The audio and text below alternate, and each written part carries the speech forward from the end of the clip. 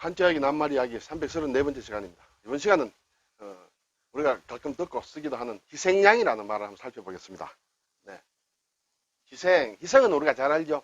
그런데 한자로 쓰면 굉장히 복잡합니다. 희생한다 할 때 희생, 거기에 희생 제물이 되는 게 희생양이다 이렇게 되겠죠.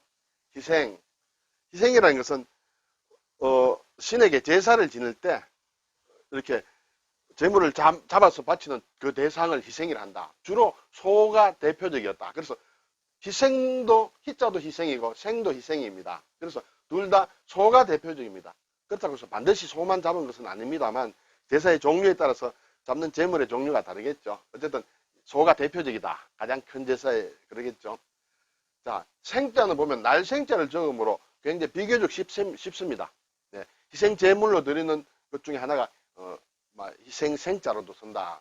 그리고 희생희자는 상당히 복잡합니다. 글자가 이 글자는 뒤에서 한번 다시 보겠습니다만 옳을 의자와 관련이 된다. 옳다 하는 옳을 의자와 관련이 되는 글자다. 어쨌든 이게 숨이란 뜻, 숨을 쉰다는 뜻의 희다 이렇게 되겠습니다. 그래서 희생이다. 희생이 되는 수호를 가리킨다.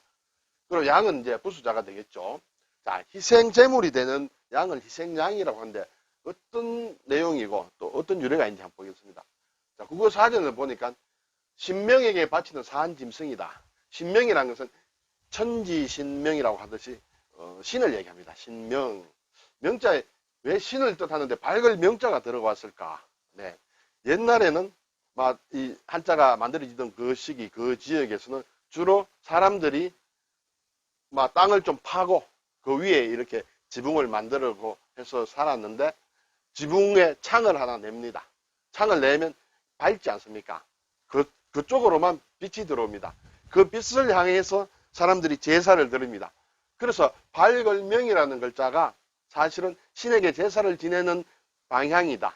결국 신을 맞이하는 곳이다. 신이다. 해서 신명입니다. 원래 이 글자는 날일자와 달을자가 아닙니다. 사실은 날일자가 아니고 지금은 날일자와 달을로 됐습니다만 원래는 이것이 창문의 모양이다 하는데 조금 깊이 들어가면 그렇습니다. 지금 우리가 밝을명이라고 할 때는 해와 달로 해도 되겠습니다만 최초에 생길 때 글자 모양은 어떤 집의 창문의 모양이다. 빛이 들어오고 그 빛을 향하여 제사를 지낸다. 그러므로 신이라는 뜻을 가져서 신명은 이제 신이다. 신명에게 바치는 산짐승을 이제 희생이다. 산짐승이라 했습니다. 산짐승을 바친다. 물론 산짐승을 이렇게 또 희생 제물로 삼기 위해서는 어떻게 목숨을 잃도록 그렇게 해야 되겠죠. 그래서 뜻밖의 재난 따위로 헛되이 목숨을 잃는 것을 또 우리가 희생이라고 하죠. 우리가 이러한 것을 많이 씁니다.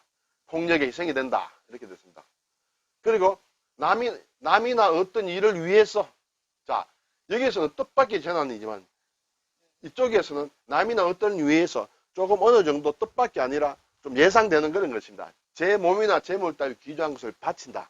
이건 뜻밖이 아니고 어느 정도 내가 남을 위해서 희생한다 해서 자기 자신이 자발적으로 하는 그런 것도 있습니다. 어쨌든 그것도 희생이다. 그렇죠?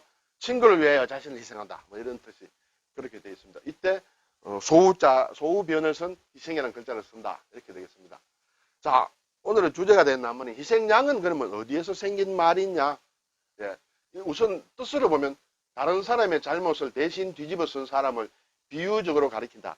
내가 자발적으로 내가 희생을 당하는 것이 아니라 다른 사람 때문에 내가 뒤집어서는 그런 것이다. 그것이 희생양이다. 이렇게 되겠습니다. 이것은 성경에 나온다고 볼 수 있습니다. 속죄양, 죄를 속한다. 죄를 사하여 준다. 죄를 사하여 주는 그 대신으로 양이 선택이 됐다는 것이에요. 속죄양. 자,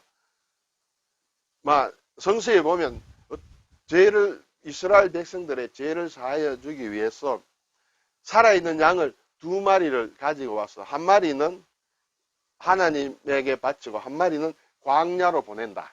광야로. 그래서 그걸 스케이프고트라고 한다. 이것은 추방이 됩니다. 근데 여기서 원래 고트, 산양이라는 뜻이에요. 원래 산양은 염소를 뜻합니다. 원래는 양이 아니고 염소예요. 그래서 희생양은 원래는 양이냐 염소냐? 원래는 염소다. 그렇게 되겠습니다. 어쨌든 그렇게 해서 다른 사람의 죄를 뒤집어 썼다. 그렇게 되겠죠. 그래서 희생양이란 말이 생겼다. 이것은 보면 유명한 윌리엄 홀만헌트라는 사람이 그린 속죄염소라는 것입니다. 이것이 광야로 추방되는 염소입니다. 광야로 추방. 이것이 이제 우리에게는 번역되는 과정에서 희생양이란 의미로 글자로 번역이 됐다. 이렇게 되겠습니다.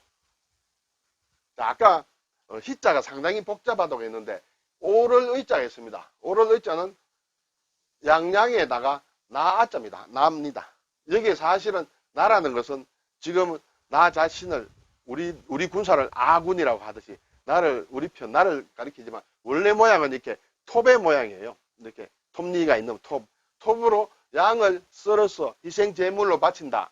신에게 그것은 옳은 것이다 라는 그런 의미에서 옳을 의가 됐습니다. 자, 여기에 다시 이러한 글자가 있습니다. 뭔가 꺾어졌습니다. 그렇죠? 꺾어진 것이다. 여기에서 이것은 희생 제물의 뒷다리라고 보는 사람도 있고 또는 꺾어져서 이렇게 한숨이 이렇게 나온다. 그런 뜻도 있습니다만 어쨌든 숨을 쉰다는 숨희자예요.